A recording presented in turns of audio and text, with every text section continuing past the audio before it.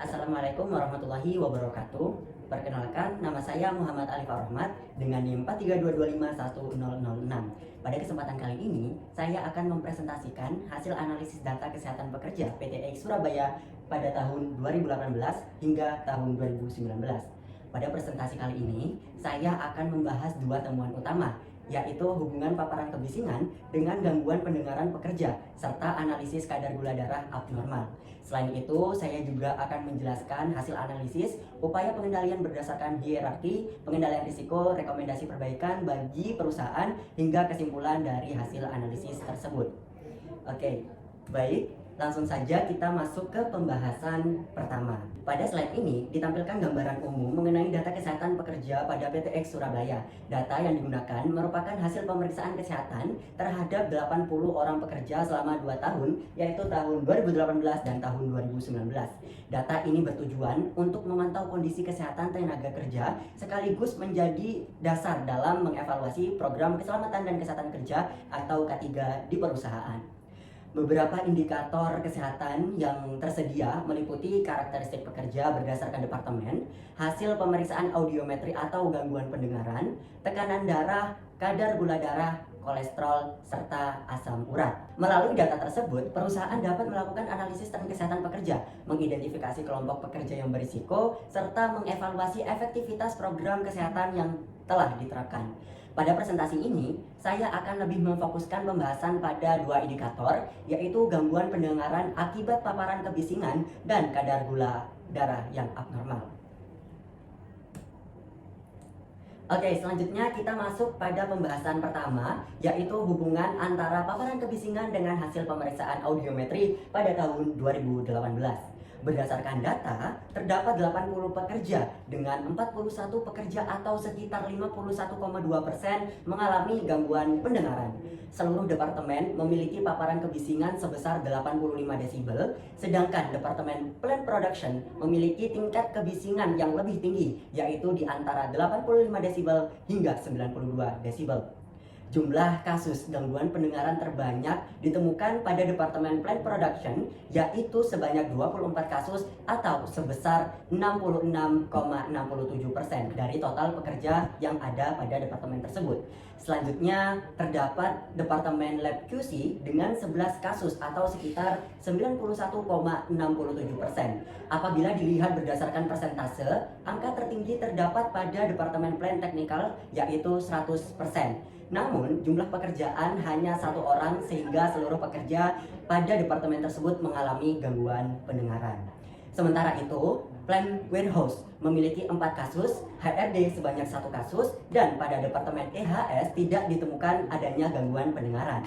Data ini menunjukkan bahwa gangguan pendengaran cukup banyak ditemukan pada departemen kebisingan yang sangat tinggi. Selanjutnya, kita melihat kondisi pada tahun 2019.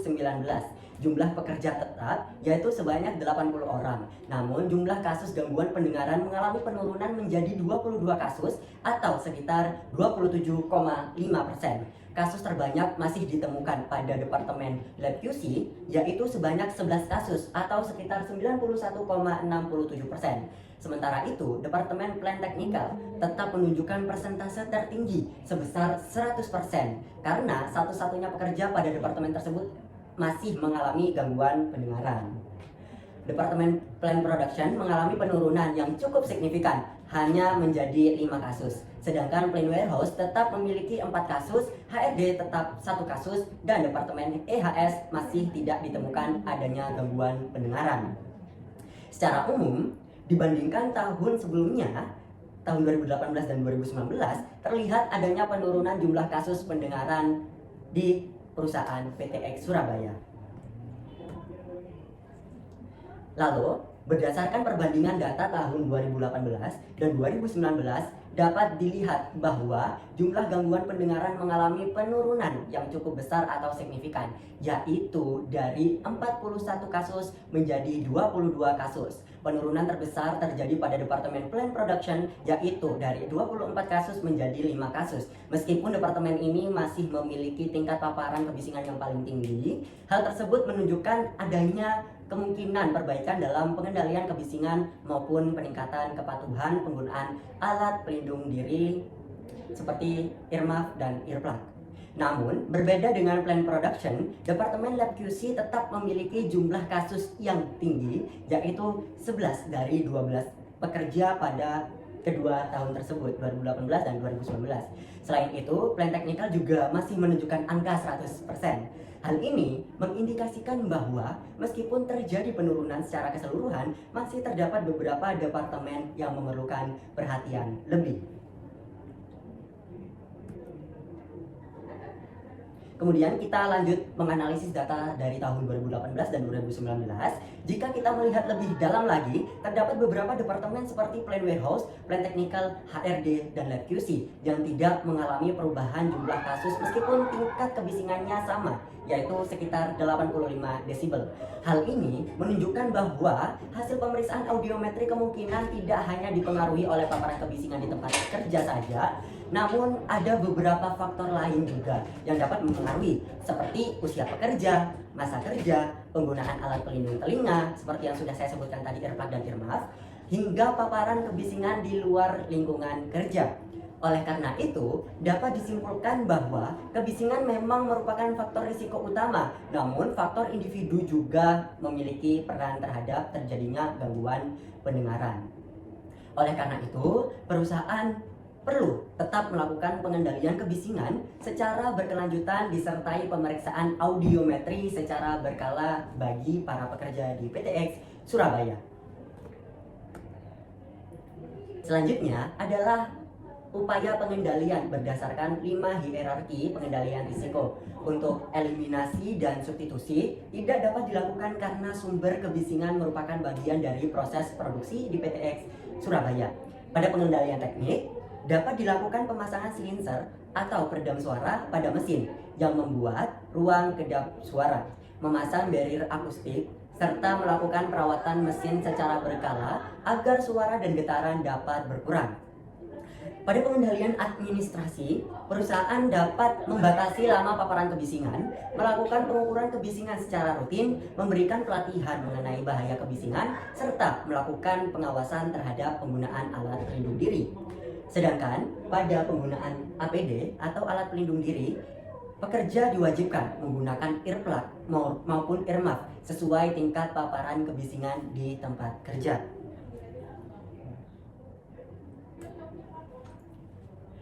Berdasarkan hasil analisis tersebut, terdapat beberapa rekomendasi yang dapat diterapkan oleh perusahaan. Yang pertama, mengembangkan hearing conservation program atau program konservasi pendengaran yang mencakup pemantauan kebisingan, pemeriksaan audiometri secara berkala, edukasi pekerja, serta evaluasi hasil pemeriksaan. Kedua, memperkuat pengendalian teknik melalui pemasangan peredam suara, enclosure mesin, pemeliharaan mesin, serta modifikasi tata letak kerja. Yang ketiga, melakukan evaluasi kebisingan secara lebih spesifik pada departemen yang kasusnya tidak mengalami penurunan, terutama pada departemen Lab QC, Plan Warehouse, dan Plan Technical. Dengan langkah-langkah tersebut, diharapkan kejadian gangguan pendengaran akibat kerja dapat terus ditekan. Selanjutnya, kita masuk pada temuan yang kedua, yaitu kadar gula darah abnormal. Pada kasus di tahun 2018 maupun 2019, jumlah pekerja tetap sebanyak 80 orang. Dari jumlah tersebut, terdapat 6 pekerja atau sekitar 7,5% yang mengalami gula darah abnormal, dan jumlah ini tidak mengalami perubahan selama 2 tahun. Kasus terbanyak ditemukan pada Departemen Plan Production sebanyak 5 kasus, sedangkan Lab QC memiliki 1 kasus. Pada Plan Warehouse, Plan Technical, HRD, maupun EHS tidak ditemukan adanya kasus gula darah abnormal. Selanjutnya, kita masuk ke analisis gula darah. Jika dibandingkan antara tahun 2018 dan tahun 2019, jumlah kasus gula darah abnormal tetap sama, yaitu sebanyak 6 kasus. Tidak adanya perubahan ini menunjukkan bahwa kondisi gula darah abnormal pada pekerja bersifat tetap atau persisten. Kasus paling banyak ditemukan pada Plan Production, sedangkan departemen lainnya relatif stabil. Hal ini menunjukkan bahwa belum terjadi perubahan yang signifikan terhadap faktor-faktor yang memengaruhi kadar gula darah pekerja. Pada slide ini kita masih membahas analisis lanjutan. Beberapa faktor yang diduga memengaruhi kondisi tersebut antara lain pola makan, aktivitas fisik, usia, riwayat keluarga, status gizi, kebiasaan merokok, dan kondisi kesehatan masing-masing pekerja. Walaupun jumlah kasus tidak meningkat, kondisi ini tetap perlu mendapat perhatian karena gula darah abnormal dapat berkembang menjadi diabetes mellitus apabila faktor risikonya tidak dikendalikan. Oleh sebab itu, perusahaan perlu mempertahankan bahkan meningkatkan program pemeriksaan kesehatan secara berkala, edukasi mengenai gaya hidup sehat, serta pengendalian faktor risiko lainnya. Selanjutnya, merupakan usulan pengendalian berdasarkan 5 hierarki pengendalian. Yang pertama, ada eliminasi dan substitusi yang tidak dapat diterapkan karena kondisi ini lebih dipengaruhi oleh faktor individu. Pada pengendalian teknik, perusahaan dapat menyediakan fasilitas olahraga, dispenser air minum yang mudah dijangkau, serta menata lingkungan kerja agar pekerja lebih aktif bergerak. Pada pengendalian administrasi, perusahaan dapat melakukan pemeriksaan gula darah secara rutin, memberikan edukasi mengenai pola makan sehat, menyelenggarakan olahraga bersama seperti senam, dan mengadakan kampanye gaya hidup sehat. Sedangkan penggunaan APD atau alat pelindung diri ini juga tidak relevan dan tidak dapat dilakukan terhadap pengendalian faktor risiko gula darah abnormal. Selanjutnya kita masuk ke rekomendasi perbaikan bagi perusahaan. Yang pertama, ada melakukan pemeriksaan gula darah secara berkala minimal 1 kali setiap tahun. Yang kedua, memberikan edukasi mengenai pola makan sehat, pencegahan diabetes, serta pentingnya aktivitas fisik. Yang ketiga, mengadakan program olahraga atau senam rutin bagi pekerja setiap pagi. Yang keempat, menyediakan makanan dan minuman sehat di kantin perusahaan sekaligus mengurangi makanan tinggi gula. Serta yang terakhir, melakukan pemantauan dan konseling bagi pekerja yang memiliki kadar gula darah abnormal agar memperoleh tindak lanjut yang sesuai. Pada slide ini ditampilkan visualisasi dari berbagai rekomendasi yang telah saya jelaskan sebelumnya. Visualisasi ini menggambarkan bahwa upaya pengendalian tidak hanya berfokus pada pemeriksaan kesehatan, tetapi juga mencakup perbaikan lingkungan kerja, promosi kesehatan, edukasi pekerja, penggunaan alat pelindung diri dengan benar, serta penerapan gaya hidup sehat. Dengan pendekatan yang komprehensif tersebut, diharapkan kondisi kesehatan pekerja dapat terus meningkat dan risiko penyakit akibat kerja dapat diminimalkan pada perusahaan PTX Surabaya ini. Kemudian kita sudah sampai di slide kesimpulan. Sebagai kesimpulan, berdasarkan hasil analisis data kesehatan pekerja PTX Surabaya tahun 2018 hingga tahun 2019, terdapat penurunan kasus gangguan pendengaran dari 41 kasus menjadi 22 kasus. Walaupun demikian, beberapa departemen masih menunjukkan jumlah kasus yang tetap, sehingga gangguan pendengaran tidak hanya dipengaruhi oleh paparan kebisingan, tetapi juga oleh faktor individu pekerja.